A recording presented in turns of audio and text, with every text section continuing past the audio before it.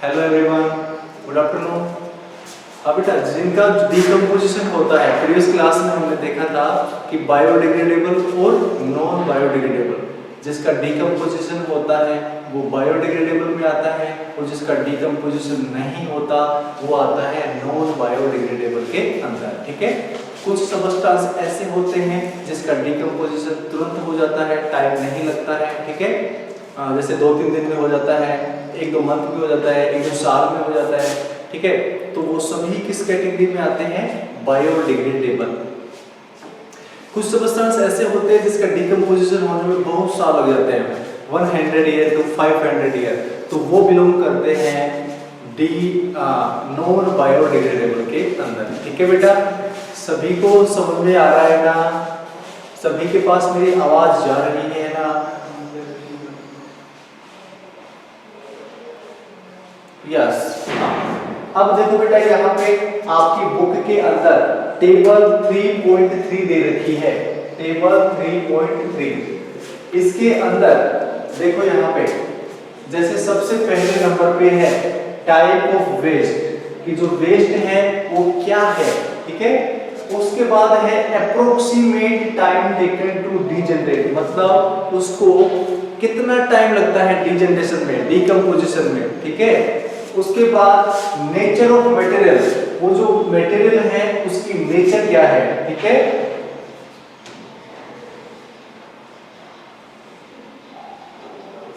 तो यहाँ पे टेबल सभी देखें, अपनी बुक के अंदर निकाल ले सभी टेबल 3.3।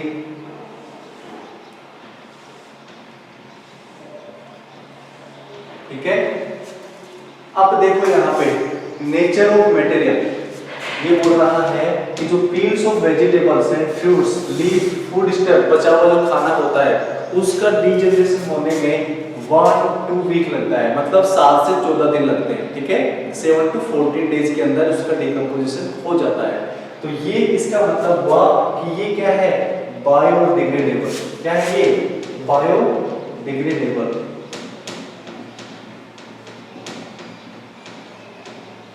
ठीक है, कौन सी कैटेगरी से बिलोंग करेगा ये? बायोडिग्रेडेबल की। ठीक है, उससे बिलोंग करेगा कैटेगरी से। एक होता है पेपर, पेपर को डिजनरेट होने में लगता है 1 to 2 वीक, जितना इसको लगता है उतना ही इसको लगता है। इसका मतलब भी क्या हुआ? इसका मतलब भी क्या हुआ? वेरी गुड निधि। इसका मतलब हुआ कि ये भी किससे बिलोंग करता है? बायोडिग्रेडेबल से। ठीक है, अच्छा है। अब हम बात करते हैं कॉटन क्लॉथ की।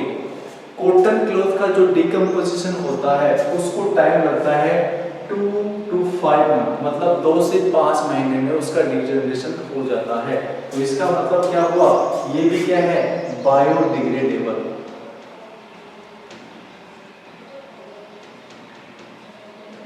ठीक है, उसके बाद वूलन क्लॉथ, जो ऊन के जो कपड़े होते हैं, वूलन क्लॉथ। ठीक है, और वूलन क्लॉथ किससे बनता है?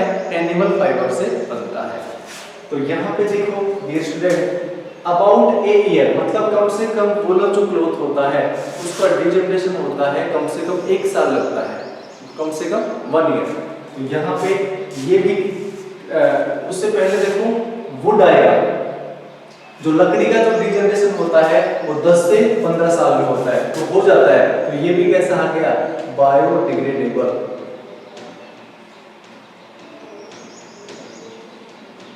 ठीक है, उसके बाद देखो वूलन क्लॉथ को लगता है कम से कम 1 साल, तो ये भी कैसा हो गया? बायोडिग्रेडेबल।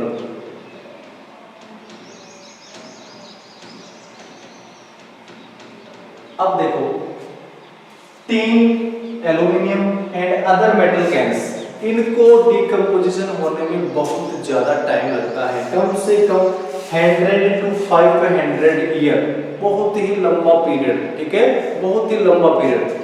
जैसे एक मनुष्य होता है, ह्यूमन होता है, उसकी एवरेज आयु कितनी होती है? 70 to 80 ईयर, एवरेज आप 100 मान लो। ठीक है, तो वो अपने जीवन काल में उसका डिजनरेशन नहीं देख पाता है। ठीक है, तो यहाँ पे उसको डीजनरेशन के अंदर कम से कम 100 to 500 ईयर का टाइम, मतलब बहुत ही लंबा ड्यूरेशन, ठीक है। तो इसका मतलब हुआ कि ये कौन सी कैटेगरी से बिलोंग करेगा, नॉन बायोडिग्रेडेबल, नॉन बायोडिग्रेडेबल वाली कैटेगरी से क्या करेगा, बिलोंग करेगा, ठीक है बेटा। अब हम बात करते हैं प्लास्टिक बैग्स की। जो प्लास्टिक जो बैग होता है उसको डीजनरेशन में बहुत ही साल लग जाते हैं, सेवरल ईयर, बहुत साल, ठीक है। तो ये भी कौन सी कैटेगरी से बिलोंग करेगा, नॉन बायोडिग्रेडेबल।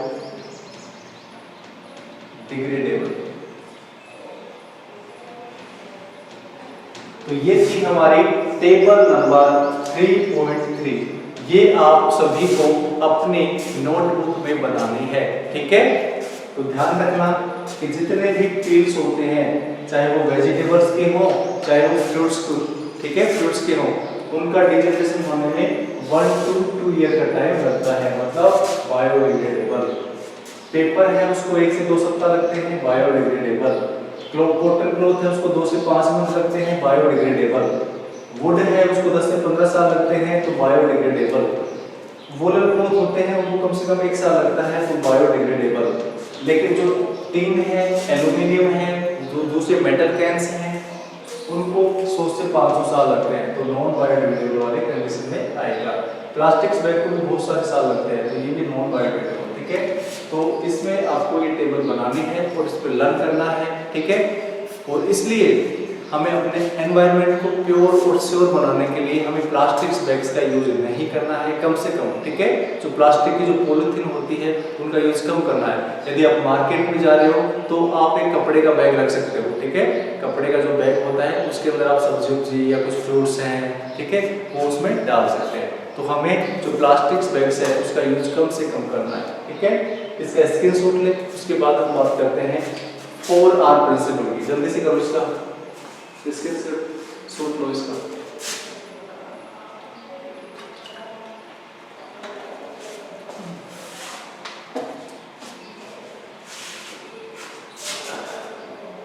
हाँ, सभी का हो गया स्क्रीनशॉट? हाँ, स्क्रीनशॉट लो बेटा, जल्दी से लो। भूमिका शेखावत,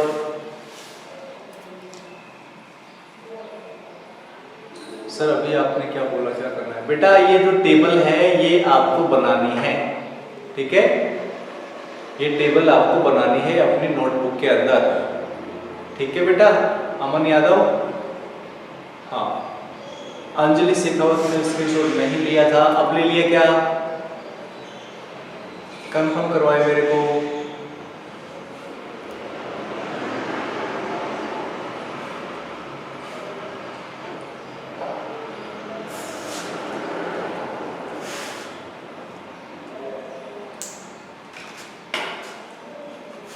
बेटा जल्दी से स्क्रीनशॉट ले इसका।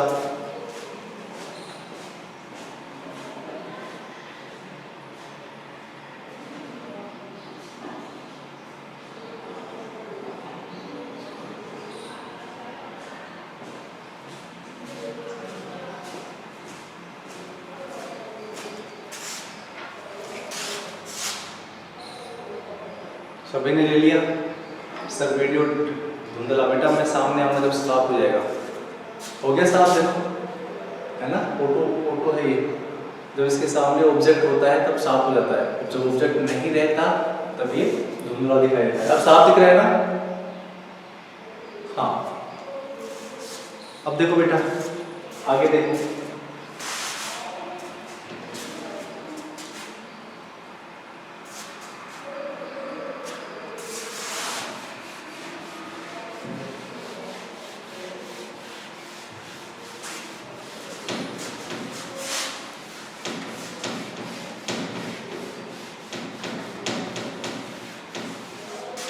लास्ट वाला है 4R प्रिंसिपल, ये मैंने बता दिया था, दोबारा से देख लेना। 4R प्रिंसिपल,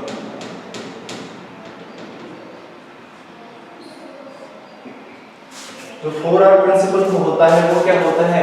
एनवायरमेंटल फ्रेंडली, ठीक है। 4R principle is environment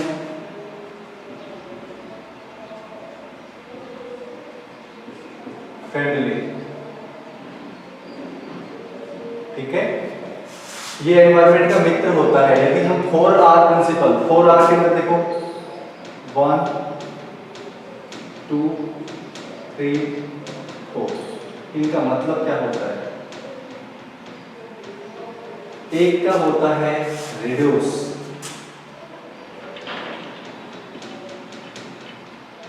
reuse, recycle और recover.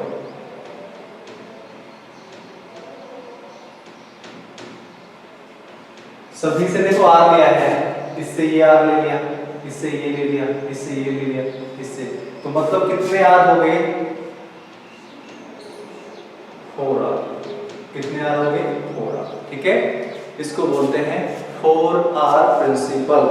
4R principle is environment friendly. ठीक है, और इसमें जो आर है, कैपिटल आर है, उनका मतलब होता है रिड्यूस, रीयूज, रिसाइकल और रिकवर। ठीक है, तो जो प्लास्टिक होता है उसको हम रिड्यूस कर सकते हैं, रीयूज कर सकते हैं, रिसाइकल कर सकते हैं और रिकवर कर सकते हैं। यदि हम ऐसा करेंगे तो एक प्रकार से वो एनवायरमेंटल फ्रेंडली होगा। ठीक है, ये हमारा चैप्टर हो गया कंप्लीट। अब इसके कुछ छोटे मोटे कुछ क्वेश्चन आंसर हैं, वो देख लेते हैं हम।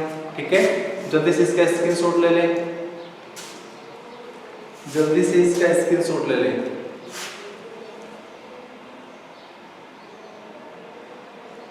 हाँ, अब देखिए स्टूडेंट, अब कुछ इसके क्वेश्चन हैं, क्वेश्चन निकाल लें, पीछे क्वेश्चन निकाल लें आप।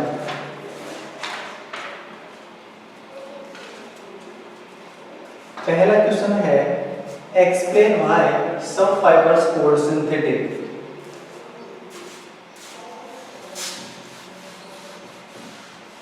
क्वेश्चन है, explain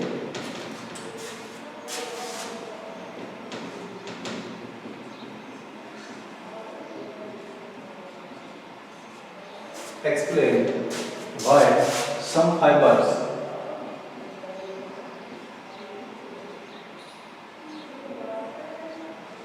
are called synthetic, some fibers called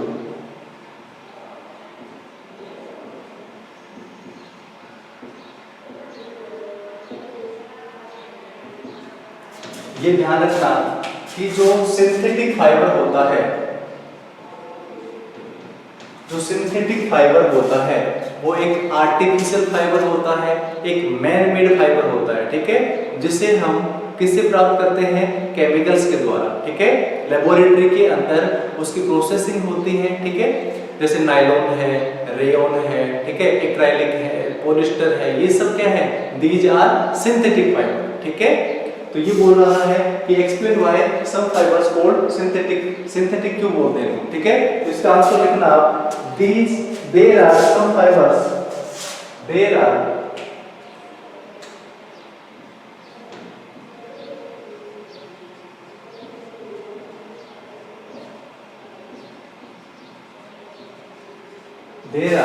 some fibers are prepared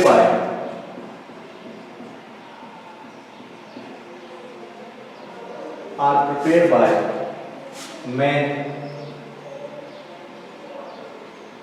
by using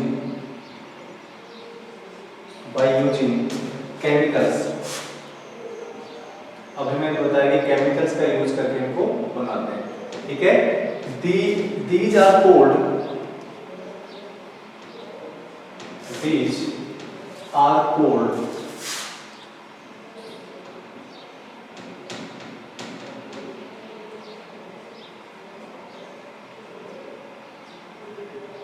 synthetic और man made fibre.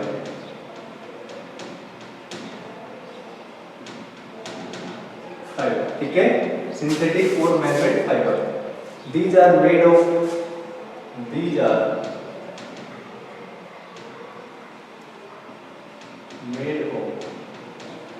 many small units, many small units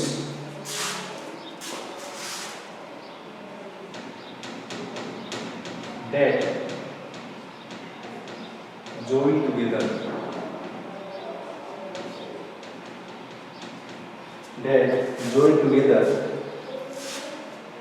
to form long chain। ठीक है, क्या बनती है? एक लंबी चेन बनती है। ठीक है, जैसे एग्जांपल आ गया आपका रेयान, एक तो जैसे रेयान आ गया। ठीक है, रेयान के बाद जैसे नायलॉन आ गया, नायलॉन के बाद पॉलिस्टर आ गया, पॉलिस्टर के बाद एक्राइलिक आ गया, पॉलिस्टर या एक्राइलिक। ठीक है,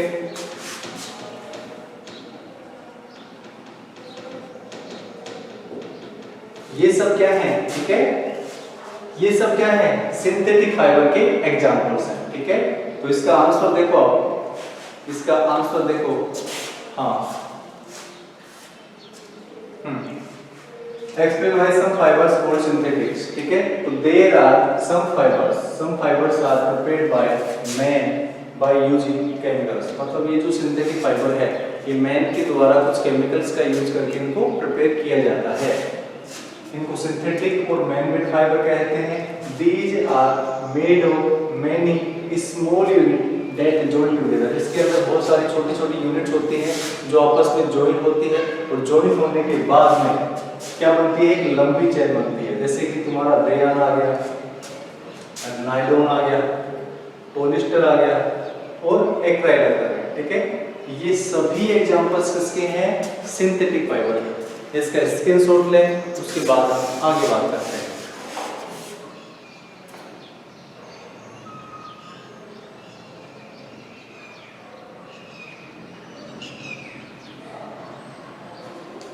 सभी का स्क्रीनशॉट हो गया? हाँ,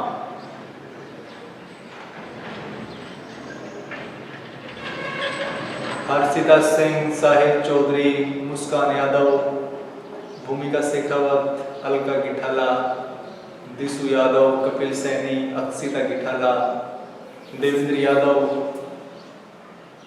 है ना, कौशल सैनी, गौतम सिंह, सुमित यादव, पीयूष राठावाल, नेहा यादव। कुछ बच्चों ने अपना वीडियो विजुअल नहीं रखा, वीडियो विजुअल करें बेटा। विनय कीना, आशीष गिठाला, सभी बच्चे अपना वीडियो विजुअल रखा करो। ये और बच्चे भी तो करते हैं, तुम भी कर लो। हाँ, तो ये हो गया क्वेश्चन नंबर फर्स्ट का आंसर। अब हम बात करेंगे क्वेश्चन नंबर नेक्स्ट की। ठीक है, क्वेश्चन नंबर नेक्स्ट की हम क्या करते हैं? बात करते हैं। ठीक है, हाँ,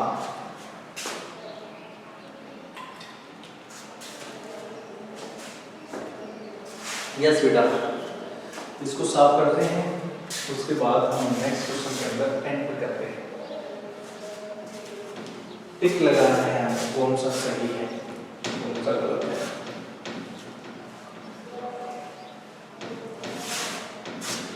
हाँ dear student, question number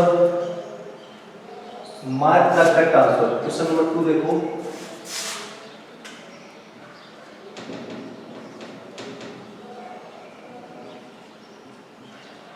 mark the correct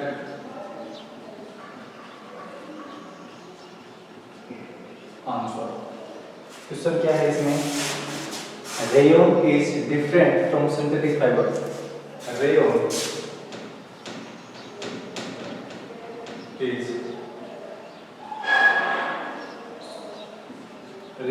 different from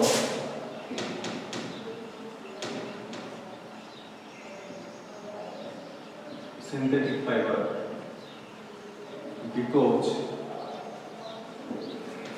सबसे पहले तो हमें रेयन के बारे में पता होना चाहिए कि रेयन है वो वुड पल्प का जब केमिकल ट्रीटमेंट करते हैं, ठीक है, we obtain rayon from chemical treatment of wood pulp. ठीक है, वुड पल्प के केमिकल ट्रीटमेंट से हमें क्या ऑब्टेन होता है? रेयन प्राप्त होता है। ठीक है, वैसे रेयन कैसा फाइबर है? Synthetic fibre. Rayon is different होता है, लेकिन डिफरेंट होता है क्योंकि उसके अंदर कुछ पार्ट नेचुरल होता है, ठीक है, जैसे वुड पल्प होता है वो नेचुरल पार्ट है। तो rayon is different from synthetic fibre because, इसके ऑप्शन लिख देता हूं मैं। पहला ऑप्शन है इसका, it has a silk like appearance. It has a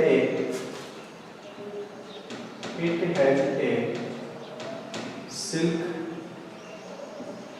like appearance. Appearance का मतलब दिखता है हमें, ठीक है, appearance.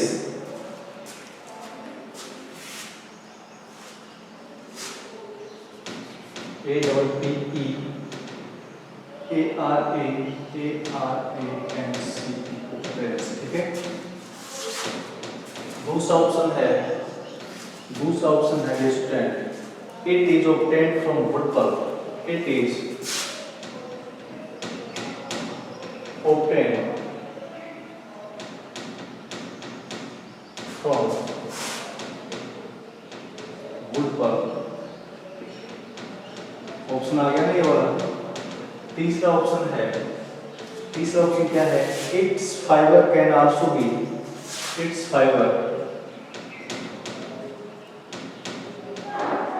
Can also be woven like those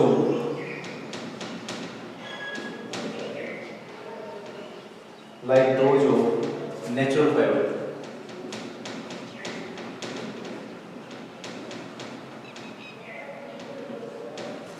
तो कौन सी बात इसमें सही है बताओ, जल्दी से टाइप करें कौन सी बात इनमें से सही है।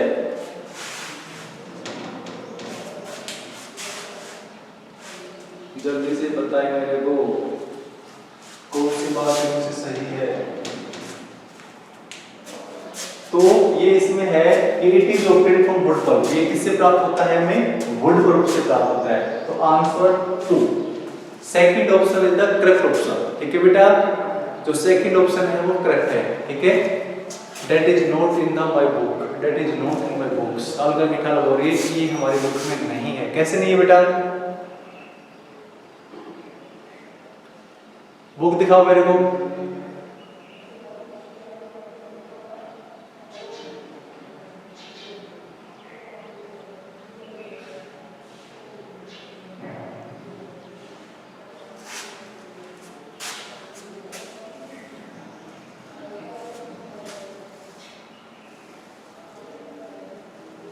बेटा तुम्हारे पास ये एनसीईआरटी की नहीं है, एनसीईआरटी वाली बुक नहीं है। इसका पेज दिखाओ, पहला पेज दिखाओ, पीछे से दिखाओ इसको,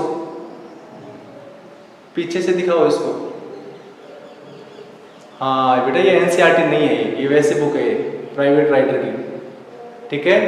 एनसीईआरटी में है ये बुक दूसरी ले लेना आप।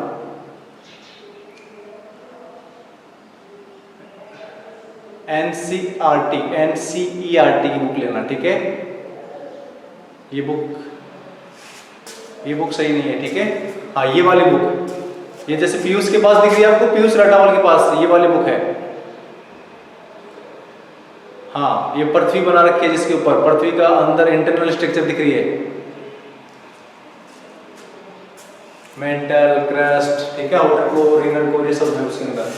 तो इसके अंदर ऑप्शन आएगा बेटा ये वाला option, it is the correct option of question number 2, ठीक है। हाँ अब हम बात करते हैं नेक्स्ट क्वेश्चन की।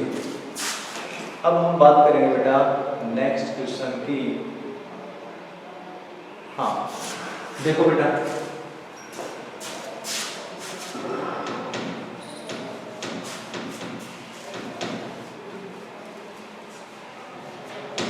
हाँ ये देखो नेक्स्ट क्वेश्चन क्या है, fill in the blanks with appropriate word.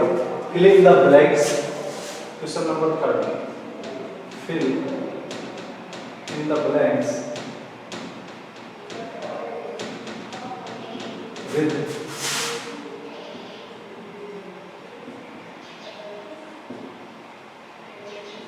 appropriate word, ठीक है। हमें उनके अंदर भरना है कि क्या सही है क्या गलत है, ठीक है। पहला क्वेश्चन देखो, इसके अंदर synthetic fiber are also called, synthetic fiber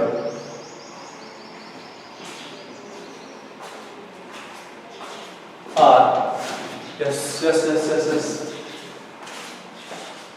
yes ink.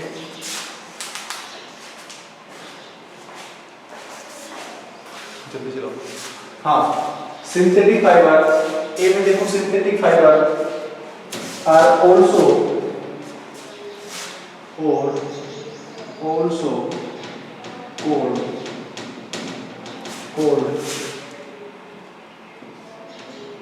और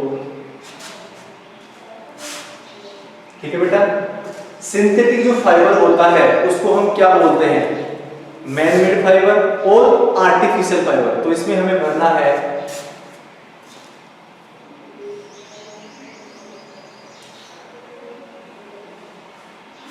बेटा, एनसीईआरटी ले लेना, ठीक है।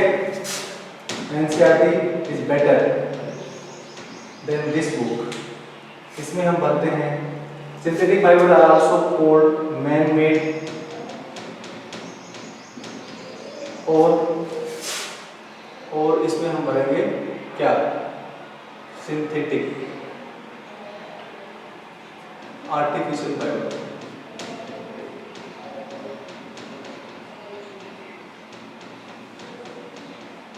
ठीक है। हाँ बेटा, दूसरा क्वेश्चन देखो। सिंथेटिक फाइबर का दूसरा नाम क्या है? तो क्या तो उसको मैन मेड फाइबर बोलते हैं, क्या उसको आर्टिफिशियल फाइबर बोलते हैं? बी वाला देखो, बी वाला क्वेश्चन देखो।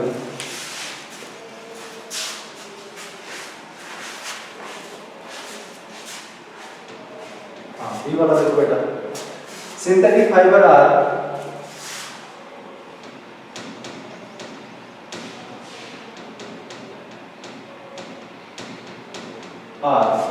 synthetic fiber are synthesized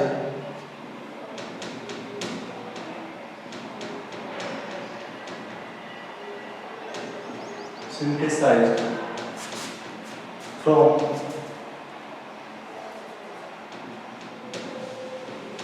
raw material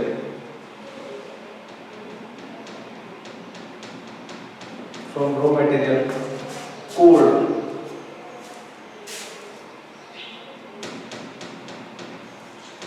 synthetic fiber होते हैं वो रॉ मटेरियल से प्राप्त होते हैं, तो उसको बोलते हैं हम पेट्रोकेमिकल्स। ठीक है, तो आप ये पेट्रोकेमिकल्स की डेफिनेशन में लिख सकते हो, synthetic fiber are synthesized from raw material called petrochemicals. तो ये डेफिनेशन भी आप इसमें लिख सकते हो। ठीक है, तो यहाँ पे पेट्रोकेमिकल्स,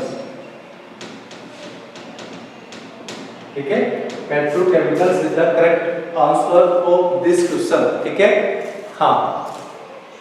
उसके बाद देखो नेक्स्ट क्वेश्चन देखो बेटा, सी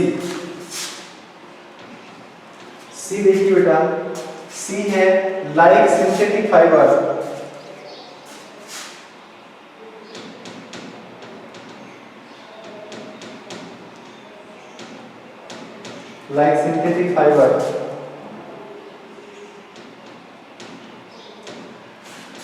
प्लास्टिक आल्सो है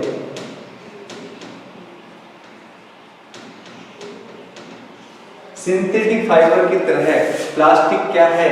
प्लास्टिक एक पॉलीमर है। ठीक है, तो यहाँ पे हमें करना है पॉलीमर। ठीक है बेटा, तो यहाँ पे 3 फिल इन द ब्लैंक्स थे जिसमें हमने देखा कि सिंथेटिक फाइबर को दूसरा हम क्या बोलते हैं, क्या तो उसको हम मैन मेड फाइबर बोलते हैं, क्या हम उसको आर्टिफिशियल फाइबर बोलते हैं। दूसरा था कि जो सिंथेटिक फाइबर है, synthetic fiber are synthesized by raw material, ठीक है, इस कोल्ड, उसको क्या बोलते हैं? पेट्रोकेमिकल्स बोलते हैं। उसके बाद है like synthetic fibre polymer. Polymer क्या है? सिंथेटिक फाइबर की तरह एक प्लास्टिक क्या है? सिंथेटिक फाइबर की तरह पॉलीमर है। ठीक है, तो ये 3 फिल इन द ब्लैंक्स थे जो हमने इसमें देखे। ठीक है, उसके बाद नेक्स्ट क्वेश्चन है give example which indicate that nylon fiber are very strong. हमें एग्जांपल देना है और ये बताना है कि जो नायलॉन है वो एक प्रकार से स्ट्रांग है। जैसे हमने नायलॉन के यूजेस देखे थे, nylon are used in climbing ropes और रॉक्स, मतलब जो चट्टानों पर चढ़ने के लिए जो रस्सी होती है, क्लाइंबिंग रोप्स होती हैं। ठीक है, तो वहां पे एक पैराशूट के अंदर उसका यूज हो रहा था। ठीक है, तो पैराशूट और जो क्लाइंबिंग जो रोप्स होती है वो किसकी बनी होती है? नायलॉन की बनी होती है।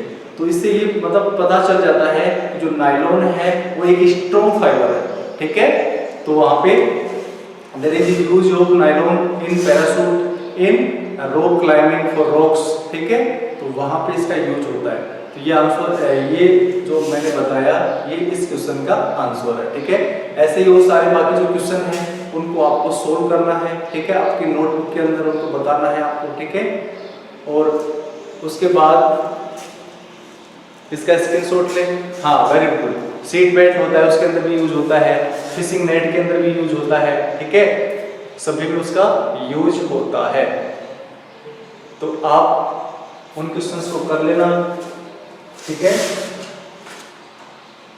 उसके बाद ये बोला क्वेश्चन नंबर 5 है, explain why plastic container are favoured from storing food. ये बोल रहा है कि जो प्लास्टिक के कंटेनर होते हैं वो फूड के स्टोरिंग में काम आते हैं, उसके कारण बताने हैं। तो मैंने बताया था कि जो प्लास्टिक होता है वो कैसा होता है, नॉन रिएक्टिव होता है, मतलब जो फूड जो सब्सटेंस है उससे रिएक्शन नहीं करते हैं, तो प्लास्टिक इज नॉन रिएक्टिव, ठीक है।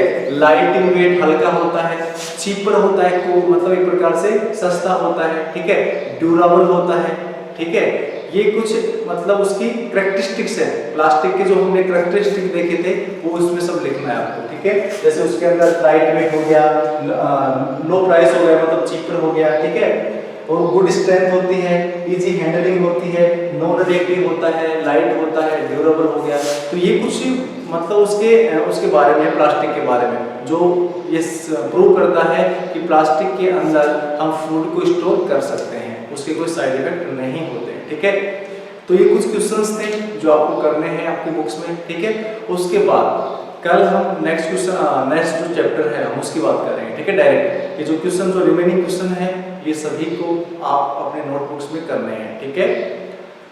और आज के लिए है इतना ही, ठीक है, मिलते हैं हम नेक्स्ट क्लास में, ठीक है बेटा, ओके, बाय बाय बेटा।